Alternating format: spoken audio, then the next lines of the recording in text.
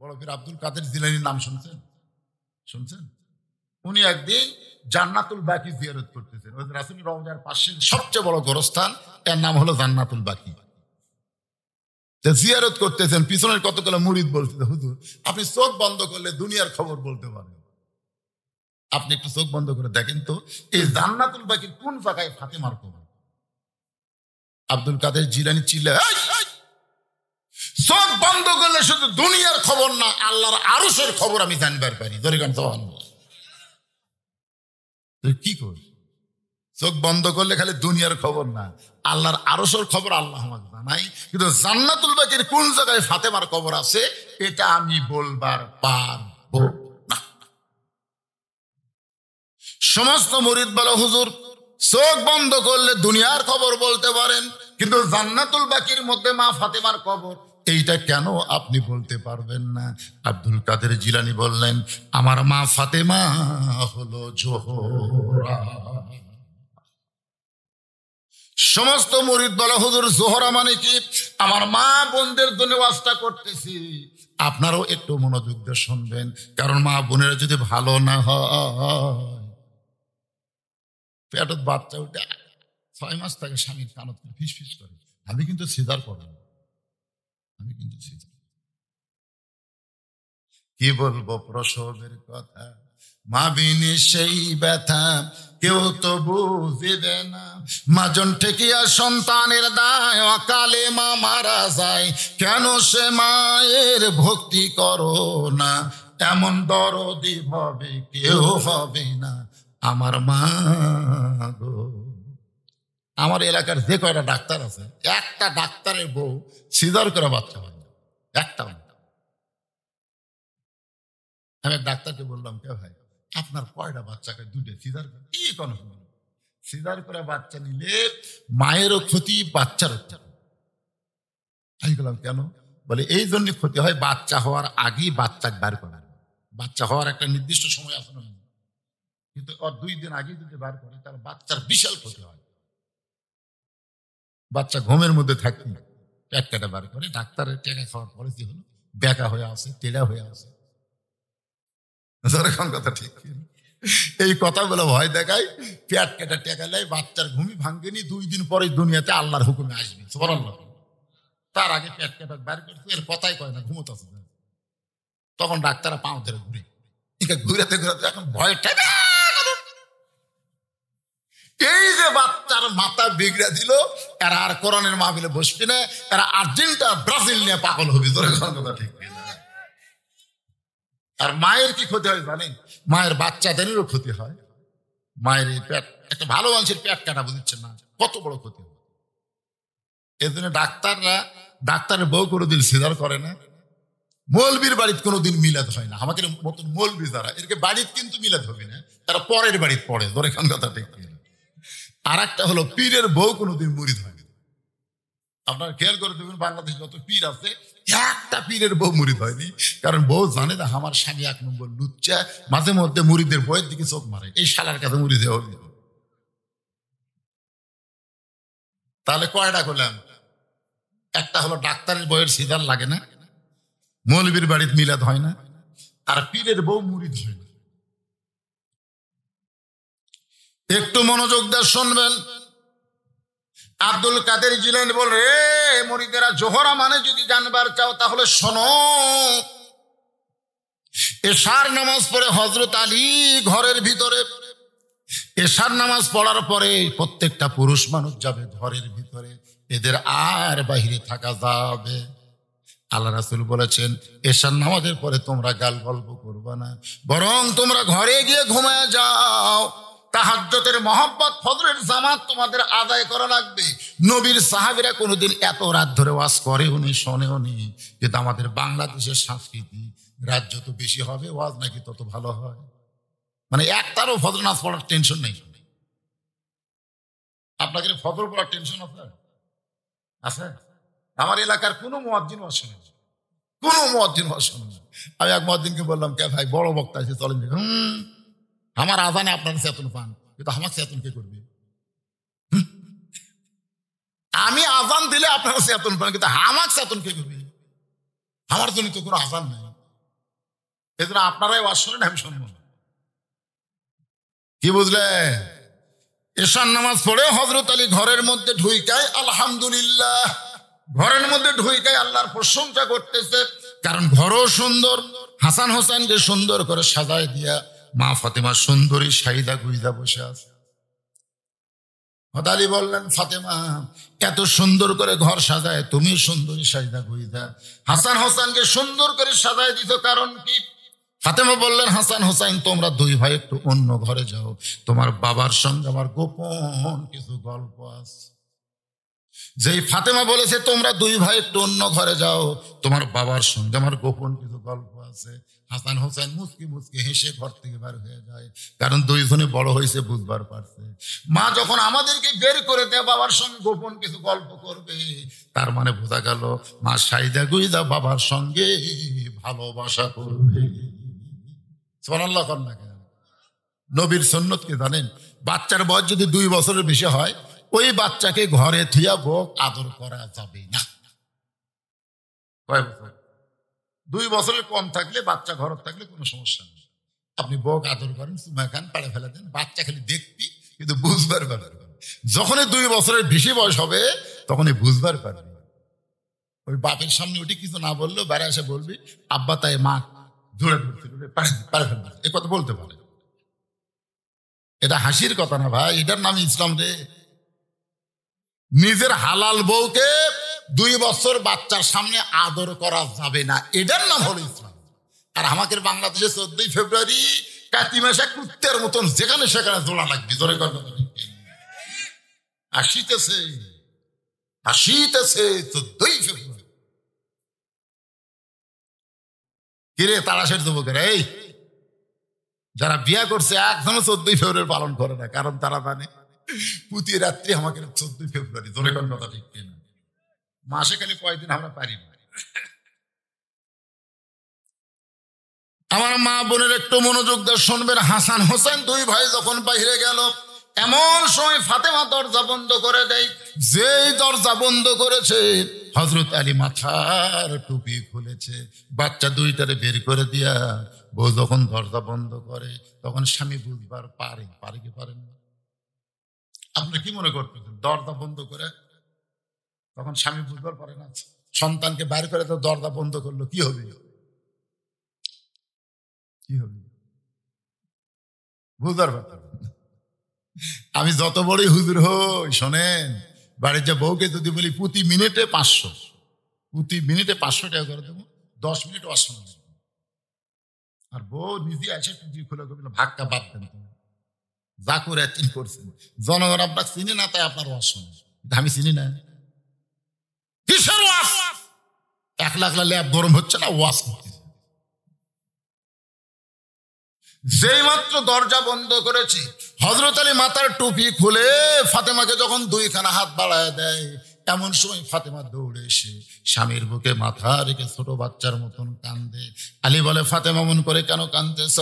ফাতেমা বলে, আর কোনোদিন ঘর সাজাবার পারবো না, আর কোনোদিন হাসান হোসেনকে সাজাই দিবার পারবো না, আর কোনোদিন সাইদা গুইদা আপনার সামনে দাঁড়াবো, সেই সময় আমার হবে না, কারণ আজকে গভীর রাত্রে ফাতেমার মৃত্যু হবে। যেই মাত্র কইছে গভীর রাত্রে ফাতেমার মৃত্যু হবে, গাছের গোড়া কাটলে গাছটা যেমন ঠাস করে পড়ে যায়, হযরত আলী তেমনি পড়ে গেলেন ঘরের মাঝায়। মা ফাতেমা মুস্কি মুস্কি হাসে। সুবহানাল্লাহ। যিনি গভীর রাত্রে মৃত্যুবরণ করবে, তিনি মুস্কি মুস্কি হাসে, দৌড়ে গিয়া ওই স্বামীর মাথাটা উরাতের উপর নিয়ে কপাল একটা চুম্বন দিয়া বলে, স্বামী গো, এতদিন ধরে আমি বিশ্বাস করি আপনি হলেন জ্ঞানীর সম্রাট, আপনি হলেন একজন বীর, একজন জ্ঞানী এবং বীর মানুষ। বিবির মৃত্যুর কথা শুনে এমন করে কেন পড়তেছেন? আপনি কি জানেন না আসলে যাইতে হবে? সবাই জবান খুলে বলেন, আসলে যাইতে হবে।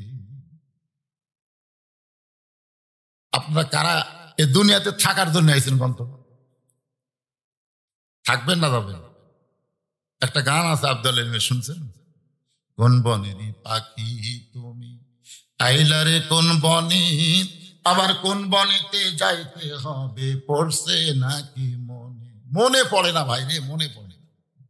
গল্প করতেছে, হুজুর অমুকের ফাঁসি হলো, অমুকের ফাঁসি হলো, অমুকেরও ফাঁসি হবে হুজুর। আমি বললাম কে ভাই, অমুকের ফাঁসি হলো, অমুকের ফাঁসি হলো, অমুকের ফাঁসি হলো, যে তোর যে মৃত্যু হবে যেই কথা চুপ করলো। কেরে পাগলা, ফাঁসির তারিখ আছে রে, মরার কিন্তু তারিখ নাই। আপনার বলেন তো ফাঁসির তারিখ নাই, যে অমুক তারিখে ফাঁসি হবে, যেটা তারিখ জানা যায়। মরার আগে কিন্তু সাইদ হয়, নামাজ পড়ে, তওবা করে, কোরআন পড়ে, কান্দে, আল্লাহ অমুক তারিখ আমার ফাঁসি হবে, আল্লাহ আমাকে তুমি মাফ করে দেবো আল্লাহ। ফাঁসির দড়ি যখন গলা দিচ্ছে তখন কলমা পড়তে পড়তে ফাঁসি কার্যকর হলো। আর আমরা যারা যখন তখন মর্ম, আমাকে কলমার কোনো গ্যারান্টি আছে না। ও এখন বলতে তো হুজুর এদিক দিয়ে চিন্তা করলে মরার চাইতে ফাঁসি। তাহলে ওনারা হলো ফাঁসির আসামি আর আমরা হলাম মৃত্যুর আসামি। আপনারা বলেন তো কোন আসামি বড়, ফাঁসি না মৃত্যু? কথা কন না, একেবারে বোঝেন না, এত বোঝানোর বুঝতেছেন না কোনটা বড়, ফাঁসি না মৃত্যু? আমরা বাংলাদেশে ফাঁসির আসামি নিয়ে চিন্তা করি, কিন্তু আমরা মৃত্যুর আসামি একটা বড় চিন্তা করি না। যে কোনো সময় আমাদের মৃত্যু হবে, আসলে যাইতে হবে। একসঙ্গে দুইজন উঠছে, কি এক নম্বরে যাবে? সবাই একটু অন্তর থেকে বলেন, আসলে যাইতে হবে বাড়িতে না।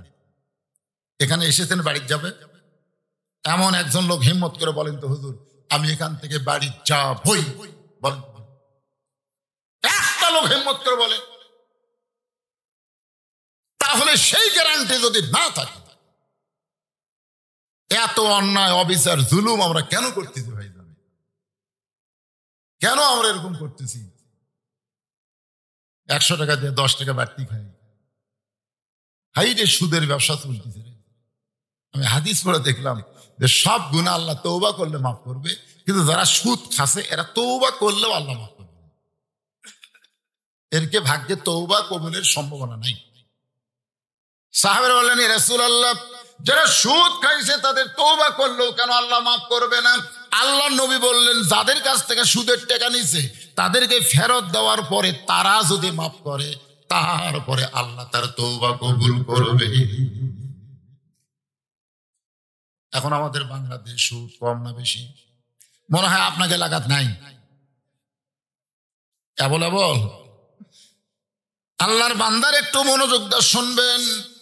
ফাতেমার স্বামীর কবলে চুমা দে বলে, স্বামী গো এমন করে আপনি কাঁদবেন না, কারণ আসলে যাইতে হবে।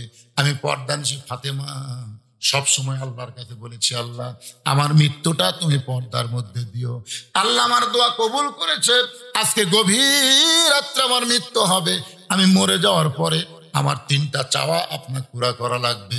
1 নম্বর চাওয়া হলো রাতের অন্ধকারে মৃত্যুবরণ করব, দিনের আলোতে আমাকে দাফন করবেন না, রাতের অন্ধকারেই আমাকে দাফন করবেন। আমার 2 নম্বর চাওয়া হলো আমার কোনো জানাজার ব্যবস্থা করবেন না। আমার 3 নম্বর চাহিদা হলো আমার লাশটা কিন্তু খাটনিতে তোলা চলবে না। আপনি যদি পারেন আমার কবর খুঁড়বেন, যদি আপনি না পারেন আপনার একান্ত বন্ধু যদি কেউ থাকে তার একটু বলবেন সে যেন গোপনে কবর খনন করে দেয়। হযরত আলী গভীর রাত্রে আবু যার গিফারী জানলার কাছে বিষাক্ত সাপ যেমন ফসফস করে কান্দে, হযরত আলী তেমন করে কাঁদতেছে। আবু যার গিফারী চমকে গেল, এই গভীর রাত্রে এমন করে কে কান্দে রে? বের হয়ে দেখে আসাদুল্লাহিল গালিব হযরত আলী কাঁদতেছে। আবু যার গিফারী বলে, আলী ভাই জীবনে কত যুদ্ধ করলাম তোমার সঙ্গে, কোন যুদ্ধে তোমাকে পরাজিত হতে দেখি নাই, আজ কেমন করে কেন পরাজিত সৈনিকের মতন কাঁদতেছ? আলী বলতেছে, আবু যর জান্নাতুল বাকির পূর্ব কোনায় সবুজ রঙের একটা বাতি জ্বলতেছে, বাতি বরাবর কবর কর। আবু যর বলতেছে, এখনো কেউ মরে নাই, কার জন্য কবর করব? আর রাতের অন্ধকারে কেন কবর করা লাগবে? দিনের বেলায় কি কবর খনন করা যাবে না? আলী বলতেছে, আবু যর একজন পর্দানিশী গভীর রাত্রে মৃত্যুবরণ করবে, এই গভীর রাত্রে তাকে দাফন করা লাগবে। আবু যর বলতেছে, আলী ভাই সেই পর্দানিশী কে গো, তার নাম কি আপনারা জানেন নাই?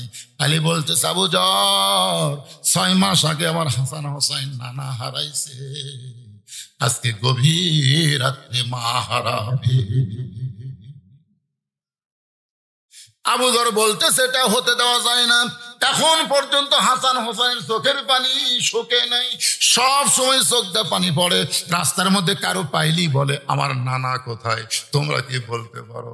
আবু বকর বলেছে, রে নবীর সাহাবীরা, হাসান হোসেন যতদিন নানা নানা বলে কাঁদবে, খবরদার নবীর রওজার কথা বলবা না। এরা দুই ভাই রওজার পাশে গিয়ে যদি নানা নানা বলে চিৎকার করে, আমি আবু বকর বলতেছি নবীর ঘুম ভাঙ্গে যাবে। আবু যর বলতেছে, আলী বলতেছে এলো পরের কথা পরে হবে, যা একটা কবর কর যা।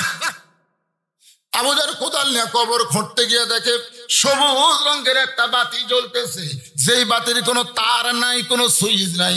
বিনা তারে বিনা সুইচ আমার আল্লাহ তাআলা অটোমেটিক জ্বলায়া দিছে। সবাই সুবহানাল্লাহ বলেন। আমার আপনার কবর কি বাতি থাকবে? থাকবে রে, থাকবে। যেই বাতির সুইচ লাগবে না, যেই বাতির তার লাগবে না, আপনার ঈমানের নূর, আপনার আমলের নূর আপনার কবরকে আলোকিত করে দিবে। ধরে কোন সুবহানাল্লাহ। আবু যর তাকায় দেখে খালি বাতি জ্বলতেছে, তার নাই, সুইচ নাই, লটকানোরও কোনো জায়গা নেই। কিভাবে জ্বলতেছে? নিচের দিকে তাকায় দেখে আলো গোলাকার হয়ে পড়েনি, চৌকোনা হয়ে আলো। ওই আলোর মধ্যে আবু যর কি করে, কোদাল দিয়ে কবর খোঁড়া শুরু করলেন। কবর খুঁড়তে খুঁড়তে এক সময় বলে, কবর রে, তুই কি বলতে পারিস এই গভীর রাত্রে কবর খুঁড়তে কেন আসলাম? দিনের বেলা কবর না করে এই গভীর রাত্রে কবর খুঁড়তে কেন আসলাম রে কবর, তুই কি বলতে পারিস? তোর মধ্যে এমন একজন মহিষী নারীকে দাফন করা হবে, আল্লাহ নবীর মেয়ে হওয়ার পরেও নবী তাকে মা বলে সম্মান করেছে। কবর, তোর মধ্যে এমন একজন মাকে কবর দেওয়া হবে যার দুইটা সন্তান জান্নাতি যুবকদের সর্দার হবে। এ কবর তোর মধ্যে এমন একজন বিবিকে রাখা হবে যার স্বামী হলো আসাদুল্লাহিল গালিব। খবরদার কবর বেয়াদবি করবি না। এই বলে আবার যখন কোদাল মারতে চাই, এমন সময় কবরের ভিতর থেকে কে যেন বলতে, আবু যর, এই কবরকে সাবধান না করে বরং যারা কিয়ামত পর্যন্ত কবরে আসবে তাদেরকে সাবধান করো। এই কবরকে সাবধান না করে বরং যারা কবরের মধ্যে আসবে তাদেরকে সাবধান করো। এখানে কিন্তু কবর মা ফাতেমার কথা বলে নাই, এখানে কবর আমাদের কথা বলেছে। ধরে কোন ঠিক না? এই কবরে যারা আসবে তাদেরকে সাবধান করে দিও। কার মেয়ে, কার মা, কার বিবি এইটা কবর দেখবে না। কবর প্রেসিডেন্ট দেখবে না, প্রধানমন্ত্রী দেখবে না, কবর হুজুর হাজি দেখবে না। কবরে যদি জান্নাতের বাগান পাবার চায় তাহলে কবরের পাথেও নিয়ে কবরে আসতে হবে। কবরের পাথেও নিয়ে কবরে যাওয়া লাগবে। ভাইজান, আমি যখন উঠছি তখন থেকে এ পর্যন্ত 1-1 ঘন্টা বাদ হয়নি। 1-1 ঘন্টা হয়েছে? মাশাআল্লাহ। 1.5 ঘন্টা হয়েছে। আমাকে খাতা দিয়ে একটা সিগন্যাল দিয়েছে। খাতা দেওয়া মানে একটা সিগন্যাল। আমি ওয়াজ করবো, কোন আয়াত পড়ে ওই তরবারির মুখে ফুঁ দিছে মনে আছে আপনাকে? তুই কত বড় বাপের বেটা, আল্লাহ নবী তো মারার কথা, খালি ডাকটা ড্যাঙ্গায় দেয়। এই আয়াত আমাকে এখন দরকার, কারণ এখন আমরা বিপদে আছি। তোর এখন ঠিক কিনা আয়াতটা আমাকে দরকার আছে না? হ্যাঁ, আমার মা বোনদের জন্য বলতেছে, মা এই জোহরা মানে কি এইটাও আমি আপনাদের জানাই দেব। আমাদের জন্য না হলো মা বোনদের জন্য ওয়াজটা শোনা একান্তই দরকার। কিন্তু এই যে গোরস্থান, এই যে কবর, এই কবরে সবাইকে যাইতে হবে। কবরের কথাই যখন আইছে, কিন্তু যেদিন ডাক পড়িবে কবর মাঝে যাইতে, জোগাড় কিছু করছো বন্ধু তার মাঝে বিছাইতে। আপনারা এই দেওড়া ইল্লি পাড়ার সমস্ত মানুষ মিলে এক জায়গা থাকবেন, ঠিক কিনা বলেন? সবার বাড়ি কি এক জায়গা? কথা কয় না, সবার বাড়ি কি এক জায়গা? সবাই কিন্তু বহু মারামারি করেন, গন্ডগোল করেন, হুড়াহুড়ি করেন, কিন্তু মরার পরে সবাই কয় জায়গা থাকবেন? কি ভালো নিয়ত দেখছেন। যখন আমরা হুড়াহুড়ি করে পারবো না, ঠেলাঠেলি করে পারবো না, তখন আমরা এক জায়গা। আর যখন আমরা ঠেলাঠেলি হুড়াহুড়ি ঝগড়া করে পারবো, তখন খালি ভিন্ন ভিন্ন থাকবো। অথচ আল্লাহ কোরআনে বলছে, ওয়াতাসিমু বিহাবলিল্লাহি জামিআ ওয়ালা তাফাররাকু। জান্নাতুল বাকি প্রথম পৃথিবীর সম্মিলিত কবরস্থান আল্লাহ রাসূল নির্মাণ করেছেন। রাসূল বললেন সবাই মিলে একসঙ্গে থাকবো। সাহাবীরা বললেন, ইয়া রাসূলুল্লাহ, সবাই মিলে একসঙ্গে থাকার হিকমত কি? আল্লাহ রাসূল একটা দৃষ্টান্ত দিলেন, আমি দিচ্ছি আপনাদের। মনে করেন আমি গরমের মধ্যে ওয়াজ করতেছি, গরমের মধ্যে আমার গাও খুব ঘামতেছে ওয়াজ করতে করতে, তখন মাহফিল কমিটি একটা ফ্যান নিয়ে আসে, ওটি সেট করছে, আমাকে নিয়োগ করে হুজুর ঘামতেছে, হুজুর যেন বাতাস পায়। কিন্তু আমার আশেপাশে যারা আছে এদের নিয়ত কিন্তু ওখানে ফ্যান দেওয়া, কিন্তু আমার কাছে ওরা থাকার কারণে বাতাস পাবে কি পাবে না? কেন পাবে? একসাথে। এই জন্য গোরস্থানে একজন যদি পরেজগার মোত্তাকি ভালো বান্দা কবরস্থ হয়, আল্লাহ ওই কবরকে লক্ষ্য করে যখন রহমতের বাতাস নাজিল করবে, আশেপাশে যত কবর আছে বাতাসের কিছু অংশ আল্লাহ তাদেরকেও দিবে। তাহলে সকলে মিলে একসঙ্গে থাকার যে নিয়ত করতেন, এই নিয়তটা ভালো না খারাপ? গোরস্থানের অবস্থা তো খুব করুণ। একটা গানও আছে, গোরস্থানের একটু মাটি বায়না করে রাখে। যে বাড়ি থাকা যাবে না সেই বাড়ি আপনি লাখ লাখ টাকা দিয়ে বানাতেছেন, আর যেই কবরে 50,000 বছর কমপক্ষে থাকা লাগবে। গত বছর ওয়াজ করতে, সেই কবরকে লক্ষ্য করে এমন কোন আল্লাহর বান্দা আছে যে 10,000 টাকা নগদ বাকি এই গোরস্থানের উন্নয়নে দান করবেন? এতগুলো মানুষের মধ্যে এমন কোন আল্লাহর বান্দা আছে? হয়তো অনেকে ভাবতেছেন হুজুর এটা তো আমাদের গোরস্থান লয়, আমরা কেন দিব? আপনাকে বলতেছেন আপনারা 1,000 2,000 দেন, কিন্তু এই গোরস্থানে যারা থাকার নিয়ত করেছে তাদের মধ্যে একজনকে আমি বলবো 10,000 টাকা আপনি প্রথমে একটু নাম লেখায় দেন, দোয়া করে দিব হয়তো করে দিয়ে আল্লাহর সঙ্গে, আল্লাহ যেন আপনাকে জান্নাত দিয়ে দেন। একজন আল্লাহর বান্দা বলেন 10,000 টাকা। গোরস্থানে কি কি লাগবে? জায়গা দরকার, টাকা হলে তো টাকা পাওয়া যাবে। গোরস্থানের পাশে কার জায়গা আছে? এখানে সেই মানুষ আছে? মানে গোরস্থানের কাছে লাগালাগি জায়গা কার নাই? এই দেওয়া ইল্লির পাড়ার লোকেরা মরে গেলে কবরে থাকবেন, এরকম কারা কারা আছেন? হাত তোলেন। এই পাড়ার কারা কারা আছেন দেখি। আরে এই পাড়ার লোক নাই নাকি রে? এই মুড়ে একটা দেখা যাচ্ছে। আচ্ছা ঠিক আছে, হাত নামান। অন্য পাড়া থেকে যারা আছেন তারা একটু হাত তোলেন তো। সবই বাহিরে বাহিরে। এখন আপনারা গোরস্থান করবেন, আপনাদের পাড়ার গোরস্থানে বাহিরের লোকেরা টাকা কি দিবেন?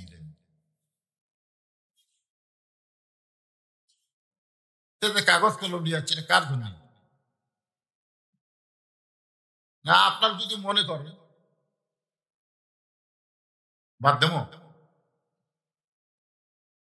ওই ওয়াশরুম বেড়াচ্ছে, আর কথা হলো ওয়াশরুম হারিয়ে যাবে। গোরস্থানে বলে জায়গাই নেই, তাহলে আর মরে থুবি কুটিরে না। এই স্টেজের উপরে নাই, আপনি আপনি ভাই আপনি এখানে কি দিন আছেন? অতিথি দাওয়াত হিসেবে আপনি কিছু শুরু করেন। মেহমান যারা অতিথি তাদের কাছ থেকে একটা স্পেশাল নেওয়া লাগবে। একটা গরিব মানুষ মরে গেলে তার যদি জায়গা না থাকে, অন্য একটা জায়গায় তাকে দাফন করা হয় কি হয় না? মুসলমানের মধ্যে এই সহমর্মিতা আছে। আপনার বাইরের লোক হলে কি হবে? গ্রামের লোকেরা না করলে আপনার করবে। আমাদের মধ্যে এই ভ্রাতৃত্ব আছে না নাই? জোরে কোন আছে না নাই? রাস্তার একটা ফকির মূল্য তো জায়গা নেই, কে দিবে? তখন আমার জায়গা দিলে এইরকম ভ্রাতৃত্ব দেখেন। আমরা এত ভালো যে রোহিঙ্গা মুসলমানকে আমরা জায়গা দিচ্ছি, জান আমাকে এমনি নিজেরই থাকার জায়গা নেই, এত ঘনবস্তি হয়। তারপরে 12 লক্ষ রোহিঙ্গা মুসলমানকে আমরা জায়গা দিয়েছি। মনে করেন ইল্লি পাড়া রোহিঙ্গা, মনে করেন আপনারা একটু জায়গা দেন,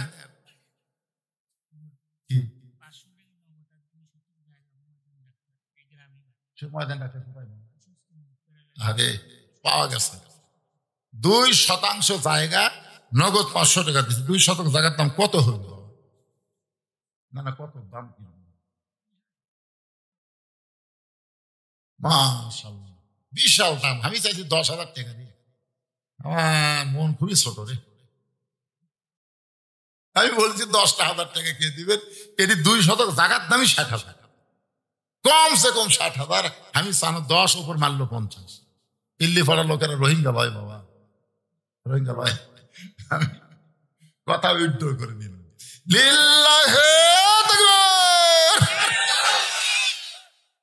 কি নাম ওনার?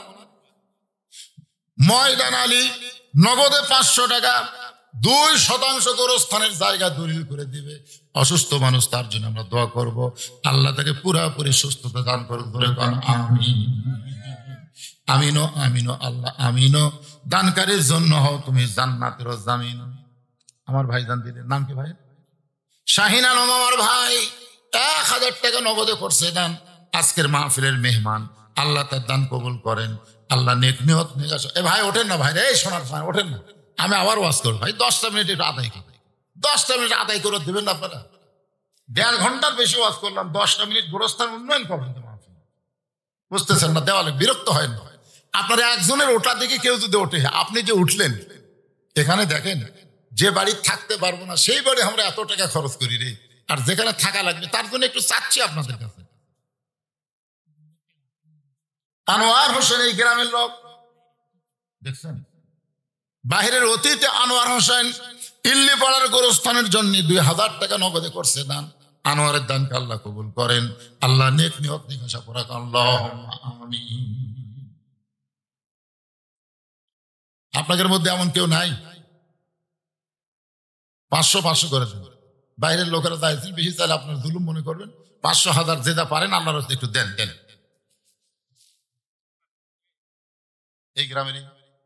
এই গ্রামের ইসমাইল হোসেন 500 টাকা দান করেছে আল্লাহ। ইসমাইলের দানকে আল্লাহ আপনি কবুল করেন, আল্লাহ নেক নিয়ত নিকাশা করেন আল্লাহ। তোমার নাম কি? শাহ আলম, তরুণ ছেলে 1000 টাকা দান করছে গোরস্থানের জন্য। আল্লাহ শাহ আলমের দানকে আল্লাহ আপনি কবুল করেন, আল্লাহ নেক নিয়ত নিকাশা করেন আল্লাহ। ফরিদুল ইসলাম একজন যুবক 500 টাকা দান করছে। একটা যুবক মানুষের কবরের কথা মনে করে 500 টাকা দান করেছে, আল্লাহ দান কবুল করেন, আল্লাহ যে নিয়তে দান করলো নেক নিয়ত নিকাশাকে কবুল করেন আল্লাহুম্মা আমিন। দেন। রেখে দিল বাবা। আপনি নাম তাহের?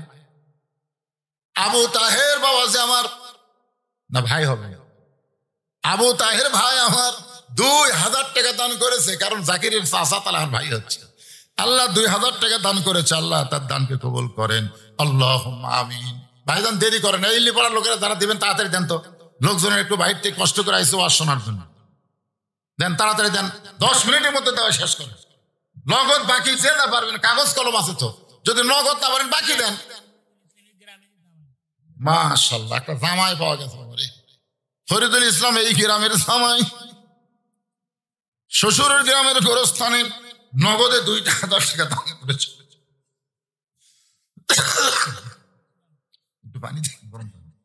ফরিদ ইসলাম জামাই দানকে আল্লাহ কবুল করেন, নবীর জামাই ওসমান গনির সঙ্গে আল্লাহ তারা জান্নাত দেন। এটা কি 1000 কে দিল? আমিনুল ইসলাম 1000 টাকা দান করেছে। আমির ইসলামের দানকে আল্লাহ আপনি কবুল করেন, আল্লাহ নেক নিয়ত নিকাশা করেন।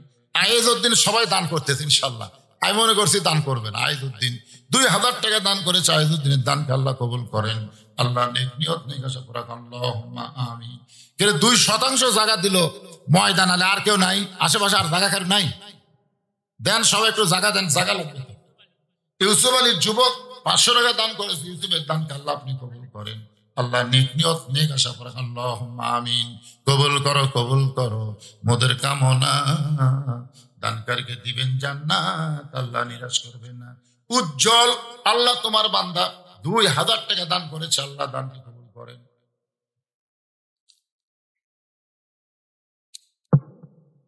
আল্লাহ নেক নিয়ত নিকাশা করেন আল্লাহুম্মা আমিন।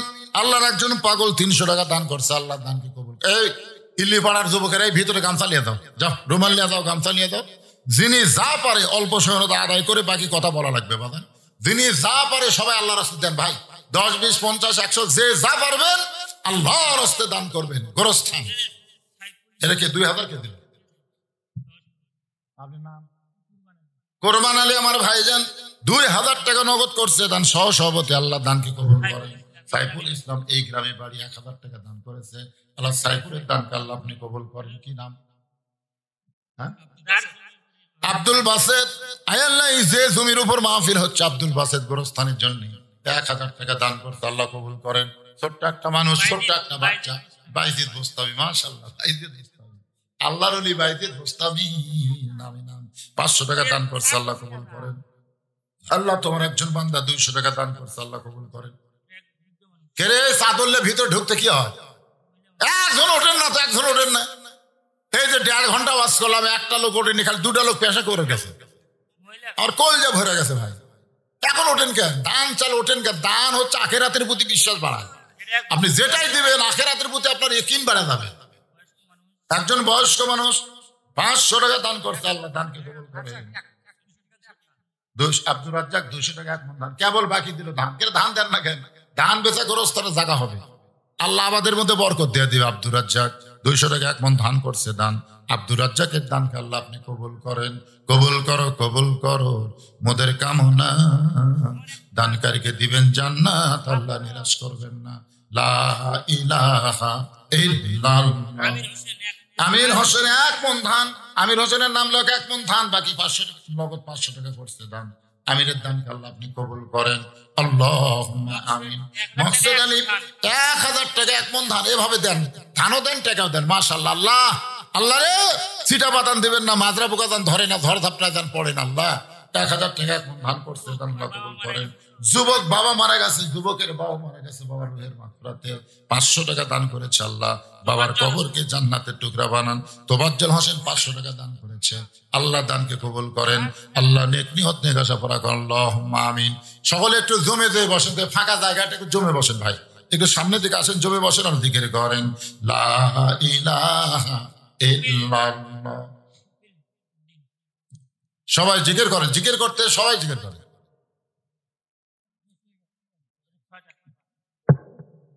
লা ইলাহা। দবির উদ্দিন বাইরে থাকে, কোন দেশে? আচ্ছা, গোয়াল মিশার দবির উদ্দিন 500 টাকা বাইরে থেকে দান করেছে। আল্লাহ যেখানে থাক ভালো থাক। আর একজন আল্লাহর বান্দা 500 টাকা দান করছে। আল্লাহ দান কবুল করেন। লিল্লাহি তাকবীর। সভাপতি তাই না? সহসভাপতি 2000 দিয়েছে, দেখছে সহসভাপতি 2000, আমি তো ডবল মারবো। আরে 1000 টাকা দিলে একটা খাস পুরা হয়, 5 ওয়াক্ত নামাজ। 5000 আল্লাহ 5000 5 ওয়াক্ত নামাজের পুরা সব দিয়ে দিও। আল্লাহ সভাপতি সাহেব নগদে 4000 টাকা দান করছে। আল্লাহ তার দানকে কবুল করেন। আল্লাহুম্মা আমিন। কে নাম? আলাউদ্দিনের নাম লেখেন, আলাউদ্দিন নাম লেখেন। নগদে 500, বাকি 1 মণ ধান করছে দান। আলাউদ্দিন দানকে কবুল করেন। সোহরাব আলী 1000 টাকা দান করছে। আল্লাহ সোহর আলীর দানকে আল্লাহ আপনি কবুল করেন। আল্লাহুম্মা আমিন।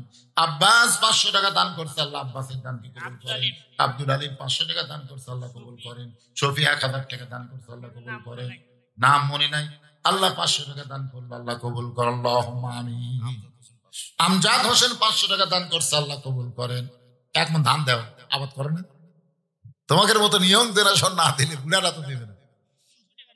বাকির কথা শুন। আল্লাহ 1000 টাকা নগদে। কি নাম বাবা? নাম কি রে? জাহাঙ্গীর আলম 1000 টাকা নগদে দান করেছে। আল্লাহ জাহাঙ্গীরের দানকে আল্লাহ আপনি কবুল করেন। আল্লাহ নেক নিয়ত নেক আশা করা। আল্লাহুম্মা আমিন। আল্লাহর একজন বান্দা 300 টাকা দান করছে। আল্লাহ কবুল করেন।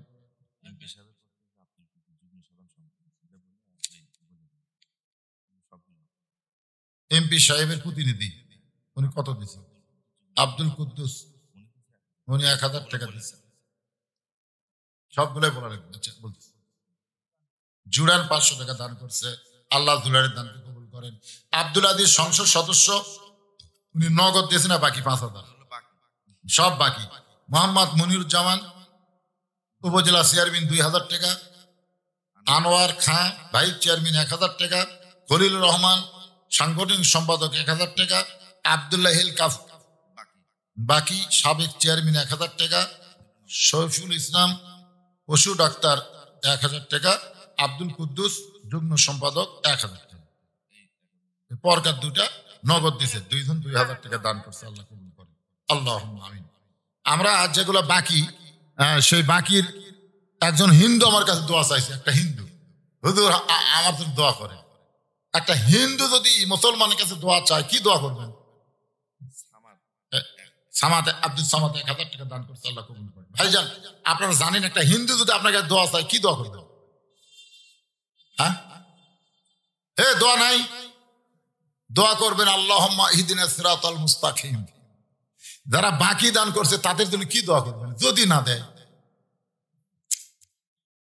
হ্যাঁ, আমরা দোয়া করব আল্লাহ যখন দিবে তখন তুমি তার প্রতি রহমত করো। এখন আপাতত না দেওয়া পর্যন্ত এই দোয়া করার দরকার নেই। কারণ বহু জায়গায় বাকি আদায় করে পরের বছর যায় আমাকে যা ঠেলা দিতে ভাই, টাকা তো বহু তুলে দিয়ে গেলেন, একটা ওঠে না। এমন অনেক নেতা আছে 1 টন 2 টন টিয়ার দিচ্ছে 3 বছর আগে, এখন পর্যন্ত পাইনি। আমরা দোয়া করে ব্যস্ত করে দিচ্ছি। এই জন্য একজনের জাহাঙ্গীর বললো না বাকির খাতা শূন্য থাক, মানে বাকি খুব একটা আদায় করা খুবই কষ্ট পারে। এই কোরআনের মাহফিলে মানুষ মন ভালো থাকে দিয়ে দেয়, বাড়িতে গেলে বউ আগে ব্যাপার হয়, কে বাবা তোমার নাম তোমার তকবির দিল, এই তুমি যে 3 মণ ধান দিলা তোমার বউ যে তকবির দিল, তোমার নামে যে তকবির দিল। স্বামী তখন বলতেছে দিবার চাষি আমি কি দিছি? আল্লাহর বান্দার একটু মনোযোগ দিয়ে কথাগুলো শুনবেন। হোসেন বলতেছে আমার নানা শুধু বিশ্ব নবী না বিশ্ব নেতা, আমার বাবা শুধু বিশ্ব আলেম না বিশ্ববীর, আমার মা শুধু খাতুনে জান্নাত নয়, আমার মা হলো ফাতেমা তো জোহরা। আয়াতটা হলো ইন্না নাহনু নাযালনা যিকরা ওয়া ইন্না লাহু লাহাফিজুন।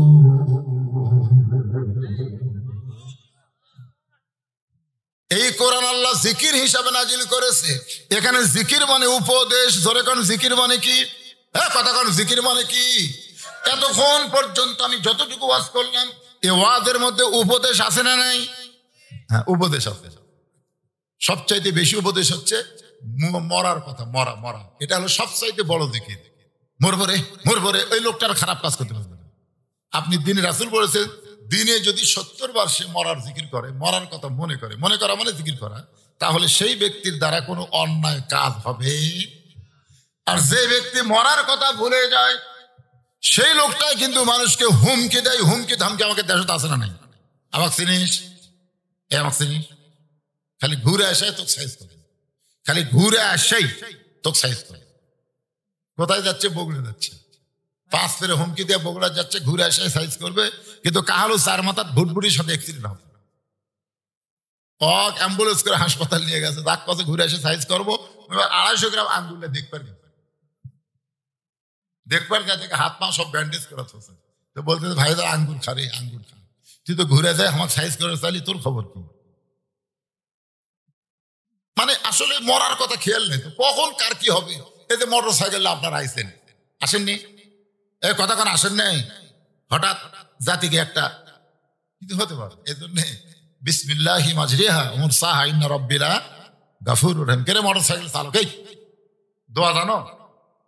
আমার এলাকার এক মেয়ের বাপ এক ছেলেকে বিয়ার জামাইকে মোটর সাইকেল কিনে দিয়েছে। আমাকে বলে হুজুর আসেন দেখেন। আমি ডিমান্ডের আমি দেখবো না, আপনি আমার বন্ধু মানুষ আসেন। তো মোটর সাইকেল দেখাবার যায়, দেখি সিটের কাছে দোপা আর পিছনে সিট উঁচে। আমি কইলাম কে রে ভাই এটা কি মোটর সাইকেল? বলে হুজুর বাজারে যেটাই কিনছি হুজুর, কারণ আমার জামাই আমার কাছে ছায়া হুন্ডা লেছে, এর জন্য নিচে থুইছে। তুই যেটি বসবি সেটা নিচে, আর আমার বেটি যেটা বসবি সেটা উঁচে। আমার বেটি পিছনে বসে আর ঘাড়া থাকতে থাকবি, ওই গাড়ির নিচে বসে চলা। আমার টাকালে হুন্ডা কিনবি আর এই শালা উপরে উঠবি, আমি নিচে ঢুকেছি। যারা শ্বশুরের টাকায় হুন্ডা কেনা মাস্তানি মারতেছেন, আপনাদের অ্যাক্সিডেন্ট যে কোনো সময় হবে, যে কোনো সময় হবে। খেয়াল করে তো লেখা লেখা যত অটো ভ্যান হচ্ছে রাস্তা, এরা তো কোনো ব্রেক নেই। অটো ভ্যান ব্রেক আছে, আপনি কোনা থেকে দেখো ফোর্সে হুন্ডা, শ্বশুরের হুন্ডাতে চাকা মোটা হাইড্রোলিক ব্রেক, মনে করছে কি হবে, এদিকে অটো ভ্যান দিছে, একটা লোক আপনার পক্ষে হবে না, সব অটো ভ্যানের পক্ষে হবে। টাকা দে, এদিক তো হুন্ডা ভ্যান গেছে আর পা ভাঙিছে, তাও তুমি টাকা দে। আমি দেখছি বাংলাদেশে সবচেয়ে খারাপ গাড়ি চালায় অটো ভ্যান, আবার ওরই পক্ষে সব লোক। তোর কথা ঠিক কিনা? অটো ভ্যান দিয়ে আমার গাড়ির চামড়া তুলে দিচ্ছে, চামড়া সাইজ করতে প্রায় 1 লাখ টাকা লাগবে, চামড়া সাইজ করতে, ওটা লেভেল পজিশনে কালার করতে 1 লাখ টাকা লাগবে। সবাইকে হুজুর অটো ভ্যান ভাঙে গেল, টাকা দেন, টাকা দেন হুজুর। আমার হুজুর আপনার গাড়ি ধনী মান টাকা দেন, মানে দেরি করলে মনে হয় গাড়ি আর ভাঙে। যে কথা বলতেছিলাম একটু মনোযোগ দিয়ে শোনেন। ইন্না নাহনু নাযালনা যিকরা ওয়া ইন্না লাহু লাহাফিজুন। হযরত আলী ফাতেমাকে কাঁধে করে নিয়ে ওই জান্নাতুল বাকুর পূর্ব কোণায় সবুজ রঙের বাতি যেখানে জ্বলতেছে, ওই বাতি বরাবর কবরে দাফন করে আল্লাহর কাছে কাঁদতেছে আর বলতেছে, আল্লাহ আমার ফাতেমাকে তুমি কবুল করে নাও, আমার ফাতেমাকে তুমি কবুল করে নাও। এই দোয়া করার সঙ্গে সঙ্গে বাতিটা নিভে গেছে। এতক্ষণ যেই বাতি বিনা তারে বিনা সুইচে জ্বলতে, সেই বাতি নিভে গেছে। হযরত তাকায় দেখে বাতি নেবার সঙ্গে সঙ্গে সামনে কয়েকটা পুরাতন কবর দেখতে পাই। এই মাত্র ফাতেমার কবর দিল, সেই নতুন কবর আর নাই। কোথায় ফাতেমার কবর? গোটা জান্নাতুল বাকি খুঁজতেছে, ফাতেমার কবর, ফাতেমার কবর, কিন্তু সেই নতুন কবর আর নাই। কে যেন ডাকতে বলে, আলী রে, আমার ফাতেমা পর্দানিশী, আমি আল্লাহ জোহরা ডিগ্রি দিয়া তার কবরকে কিয়ামত পর্যন্ত পর্দা করেছি। এখন বলেন আল্লাহ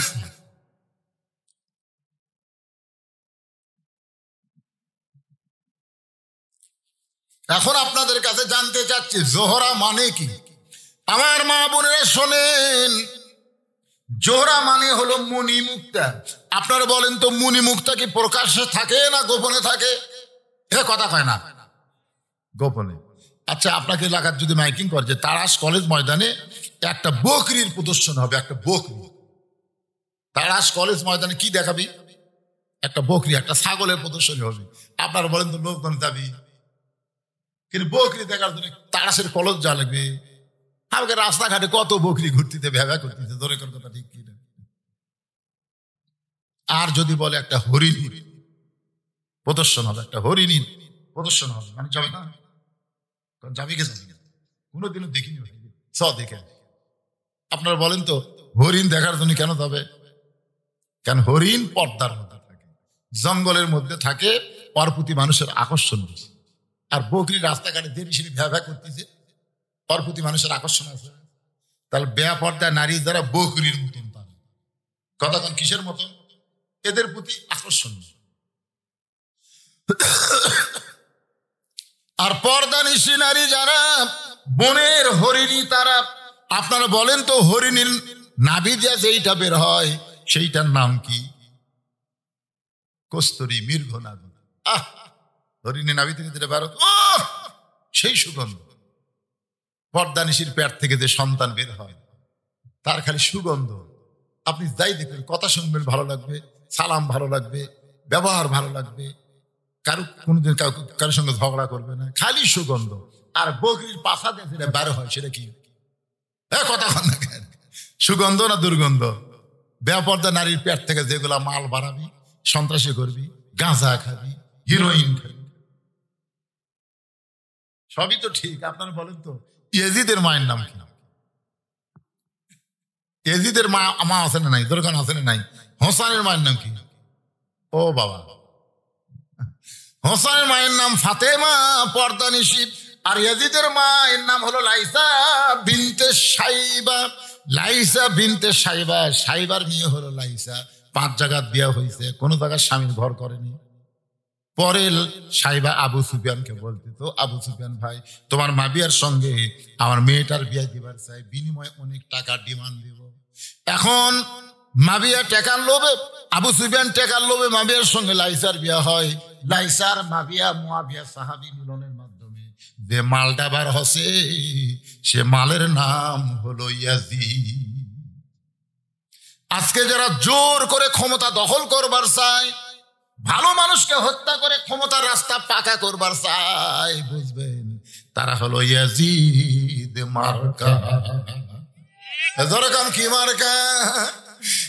মায়ের ঠিক কথা কয় না রে, মায়ের ঠিক। আর যারা হকের পক্ষে জীবন দিবে, হকের পক্ষে নিজের জীবনকে কুরবানি করবে, হোসাইন তার মা হলো জোহরা মনি মুক্তা। হযরত আলী ওই তরবারের আগে যেই আয়াতটা পড়েছিল সেইটা বলার আগে রাসূল বলেছিলেন, চুপ। মনে আছে আপনার? চুপ, যে কথা আমার বলছিস এই কথা যেন আর কাউরি কেউ শুনে। তাবুকের যুদ্ধ, তোর এখন কি যুদ্ধ? কামুজ দুর্গের দ্বন্দ্ব। খুব খেয়াল করেন, হযরত আলী হ্যাঁসকা টান মারছে, ঢাল ভাঙ্গে গেছে, বুঝলেন? ঢাল ভাঙ্গে গেছে, তখন দৌড়ে গিয়ে দরজা মারছে, সঙ্গে সঙ্গে দরজা ঢাল হয়ে গেছে। বাম হাতে টান মারছে, ঢাল হয়ে গেছে। যে দরজা খুলতে 100 ঘন লোক লাগে, সেই দরজা হাতত নিয়েছে। সমস্ত কাফেরা কয়েকটা মানুষ লয় রে, মার দৌড়। সবাই ময়দান ছেড়ে যখন পালায় গেছে, সমস্ত সাহাবীর নবীর কাছে এসে বলতেছি, ইয়া রাসূলুল্লাহ, বিনা যুদ্ধে আজকে মুসলমানের বিজয় হলো আলীর কারণে। কার কারণে? আমরা যেরকম বলি যে ভারত যদি আমাদের সহযোগিতা না করতো তাহলে আমরা স্বাধীন হতাম। তো সাহাবীরা বলতেছি, ইয়া রাসূলুল্লাহ, আজকে বিনা যুদ্ধে বিজয় হলো আলীর কারণে। রাসূল বলে আলী কোথায়? বলে আসতেছে। কিছুক্ষণ পর আল্লাহ রাসূলের কাছে হত আলী দাঁড়িয়ে। আল্লাহ রাসূল বলে আলী খবর কি? বলে হুজুর শোনেননি আজকে যুদ্ধ করা লাগেনি, কারণ কামল দুর্গের দরজা হ্যাসকা টান মারছি, ওই দরজা আমার হাতের থেকে ভয় পড়ে গেছে, দরজা ফেলে দিচ্ছি, হুজুর 80 গজ দড়ি গিয়ে পড়ছে। আল্লাহ রাসূল বলতে আলী তুমি এই কাম করছো? তা কি কর্ম? হ্যাঁ আমি তো।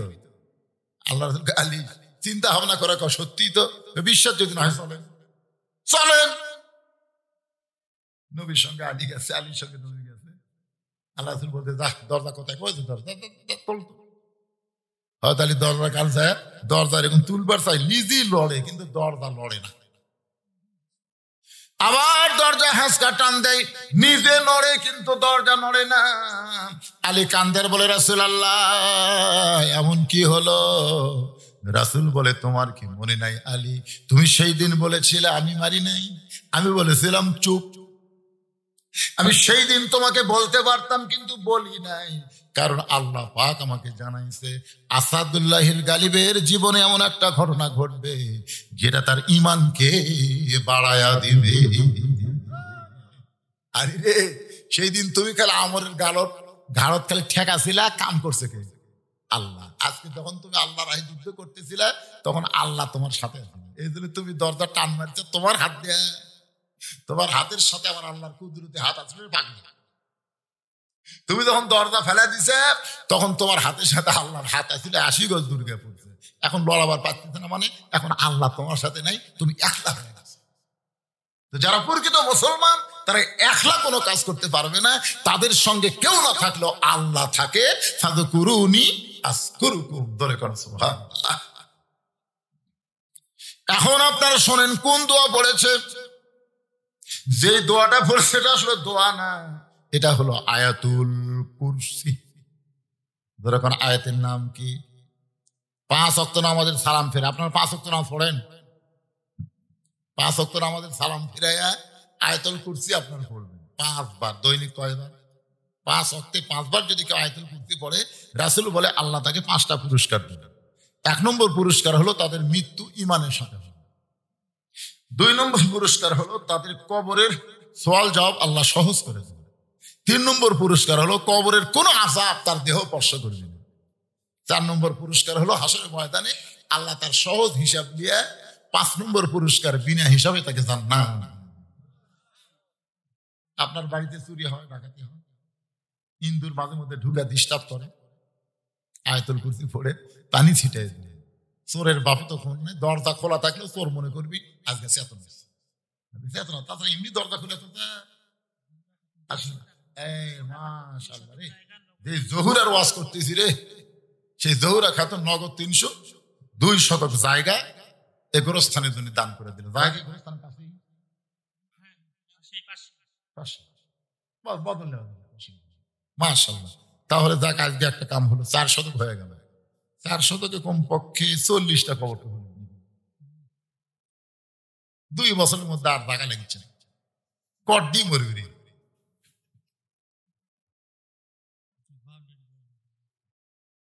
না, জায়গা তো লাগতেছে।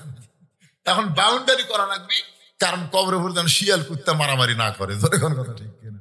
এই জন্য একটু প্রাচীর দেওয়া দরকার, গোরস্থানকে সৌন্দর্য করা দরকার নেই।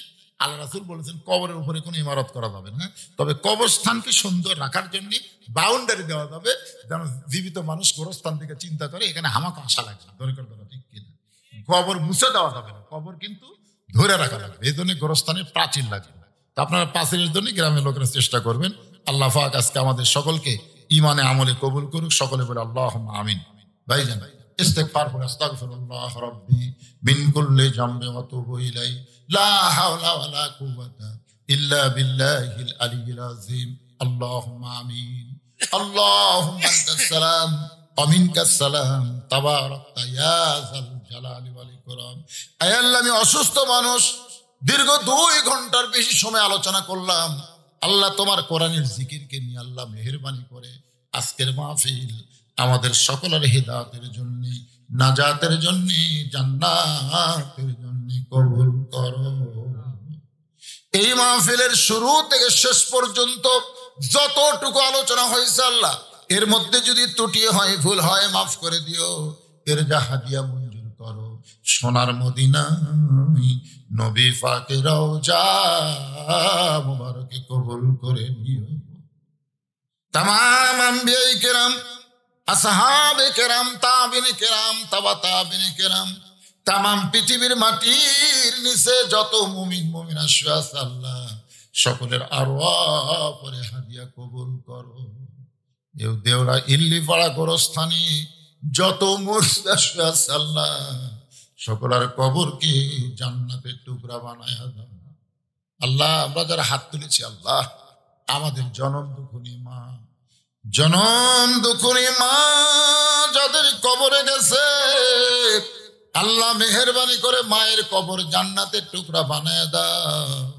হে আল্লাহ আমি বাবা হারাইতিম হয়ে গেছে, আমার মতো যারা বাবা হারাইতিম হয়ে গেছে আল্লাহ সকল বাবার কবরকে জান্নাতের টুকরা বানিয়ে দাও।